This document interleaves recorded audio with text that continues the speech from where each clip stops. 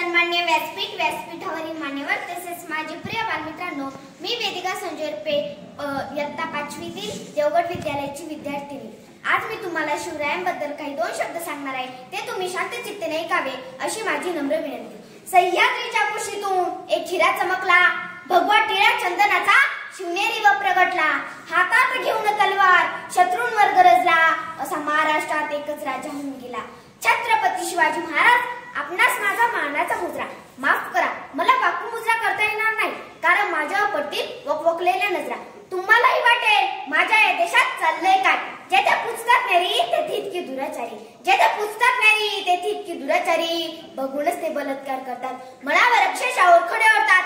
10 मिनिटात चढण्याला 10 वर्ष त्याची वाट पाहावी लागते आणि प्रत्येक घटनेनंतर हेच पाहायला मिळते।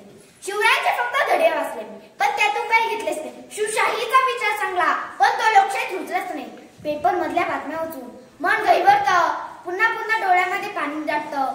शिवराय, आम्हाला तुमच्यासारखा न्याय हवाय, फार अंदाज झालाय, आता दिवा पाहिजे, या राष्ट्राला पुन्हा एकदा जिजाऊचं शुभ पाहिजे, या राष्ट्राला पुन्हा एकदा जिजाऊचं शुभ पाहिजे।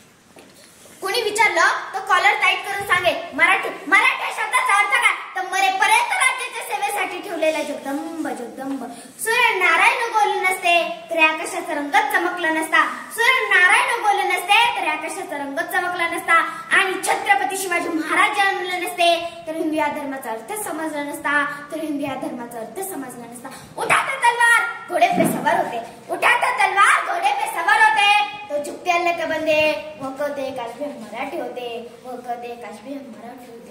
अनेक लोक म्हणतात प्रेमाचं प्रतीक ताजमहल आग्र्याचं नाही हो, प्रेमाचं प्रतीक कशाला म्हटलं जातं तर दादा या सह्याद्रीमध्ये गडकोट आणि त्या गडकोटावरती सांडलेल्यांच्या मावळ्याचं रक्त हे मराठ्यांसाठी सगळ्यात मोठं प्रेमाचं प्रतीक आहे, हे मराठ्यांसाठी सगळ्यात मोठं प्रेमाचं प्रतीक आहे।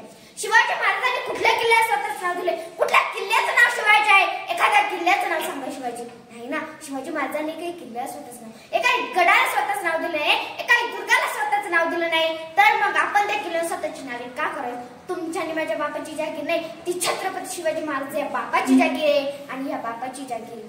अरे ही शिवजयंती झाली, दारू पिऊन तिचे पुढे नाचलं, ही शिवजयंती झाली नाही ना। अरे शिवरायांसारखी दाढी चंद्रकोर लावणं हल्लीची रीत आहे, चांगली गोष्ट आहे, पण बायांना महाराजांसारखा बनवण्याचा प्रयत्न करण्यापेक्षा त्यांचे विचार व त्यांची शिकवण अंगी भिनवून घेतली तर ते खरे महाराजांना आदरांचे ठरेल।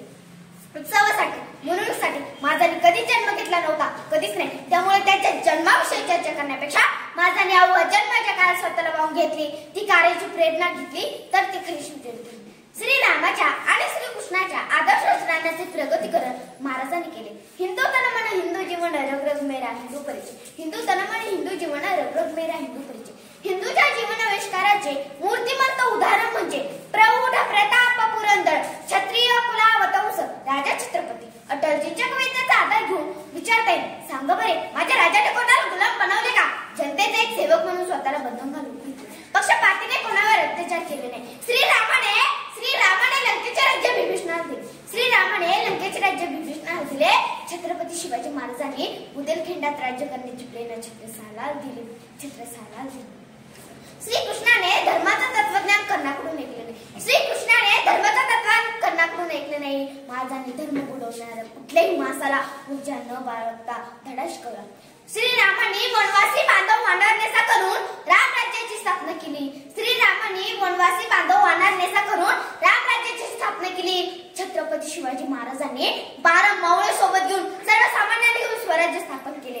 त्याच्या मागण्या बोलण्यात हेता नव्हते। श्री रामदास स्वामी म्हणतात, शिवरायांचे कैसे चालणे, शिवरायांचे कैसे बोलणे, शिवरायांचे कैसे चालणे, शिवरायांचे कैसे बोलणे, शिवरायांचे सेवेची देणे कैसे असे, या भूमंडळ स्थायी धर्मरक्षा ऐसा नाही, या भूमंडळ स्थायी धर्मरक्षा ऐसा नाही। महाराज स्वधर्म भानी होते, स्वधर्म रक्षक होते, स्वधर्म पालक होते, म्हणूनच तर त्यांनी हिंदवी स्वराज्य स्थापन केले। आता प्रश्न एवढाच उरतो की सिंहाला स्वतः सिंह हे सांगण्याची आवश्यकता असते का, तर त्याचे उत्तर आहे काहीच आवश्यकता नाही। त्याचे एक तर्काने जगाला सत्य समजावून सांगते तर सौम्य मुग्रेंद्र असो। वाघ आणि मराठे उग कधी कोणाच्या नादाला लागत नाही, वाघ आणि मराठे उग कधी कोणाच्या नादाला लागत नाही, पण आमच्या कोणी नादाला लागलं तर त्याला फाडल्याशिवाय सोडत नाही, तर त्याला फाडल्याशिवाय सोडत नाही। प्रौढ प्रताप पुरंदर क्षत्रिय कुलावतंस सिंह